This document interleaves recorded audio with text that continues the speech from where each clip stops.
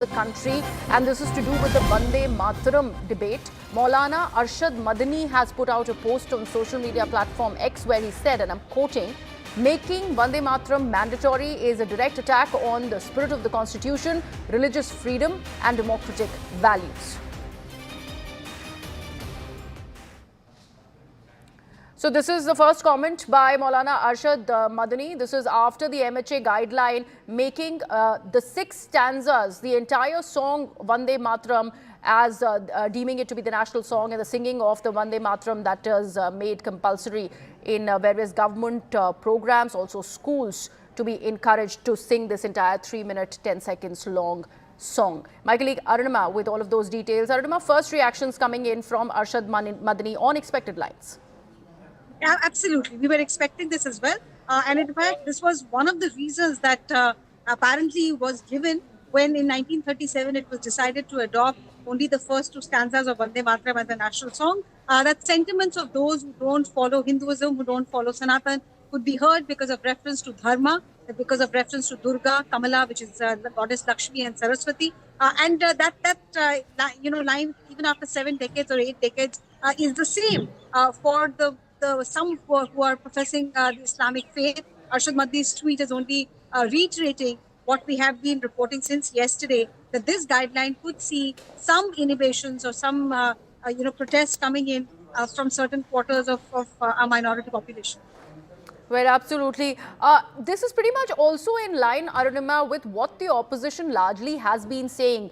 You have been getting us voices from the parties like the Trinamool Congress. Trinamool Congress is steadfast, claiming that this as an insult to Rabindranath Tagore. On the other hand, now the Muslim clerics and the voices from the Muslim community really coming out and, in fact, showing that very line that brought about this bringing in only the 2 stanzas, the first 2 stanzas of the song in 37. Many call it a Jinnah ideology. On the other hand, the government is holding this decision. But I do want to understand from you, has it really been made mandatory? It's a compulsory thing that the government must do now and the institutions must do now, which is why the opposition now is crying foul, or it is on will? See, what the MHA's letter is not an advisory, it is a guideline.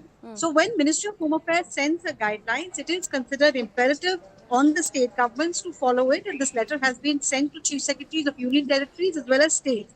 Having said that, India professes a federal form of government, and state governments do have some leeway in deciding how they want to go forward and accept directions coming in from center. They do have the option of challenging the guideline either at an executive order level or at the level of a judicial challenge. But then there are also BJP ruled states which in all likelihood go ahead will follow the MHA guidelines, which means in about 60 to 70% of the country in official functions, Vande Mataram will now be sung in all 6 stanzas, 3-minute, 10 seconds will be sung. What Arshad Madani is saying, what he's reflecting of, and even before these 6 stanzas were made compulsory by the MHA guideline, Vande Mataram, Vande itself, which means you are praying. That itself had been objected to by a lot of Muslim clerics of the lines of Madani, because they say that this is in a way denoting idol worship, something that we do not know. So opposition to Vande Mataram with or without the guideline was still there.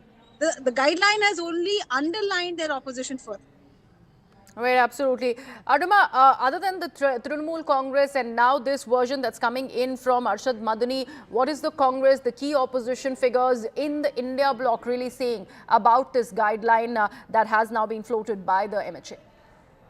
See, Congress party is official position since yesterday, and that official position was echoed by Priyanka Gandhi Vadra also inside Parliament when the Vande Mataram discussion was going on.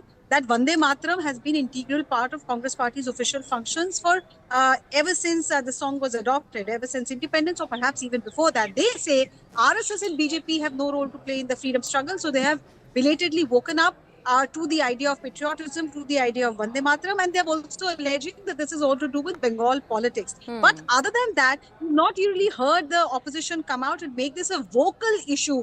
They remain focused on the Indo-US deal, they remain focused on General Naravane's book and other issues, specifically in the run-up to Bengal, Tamil Nadu, Kerala elections. Economy and other issues are what these regional parties of left and TMC also want to highlight. do not want to play on a pitch where Bharatiya Janata Party usually scores, which is that of secularism versus the idea of Hindutva. Right. So after Trinamool Congress, Arshad Madani, also the DMK, for a large faction who have in fact cried foul over this decision by the MHA.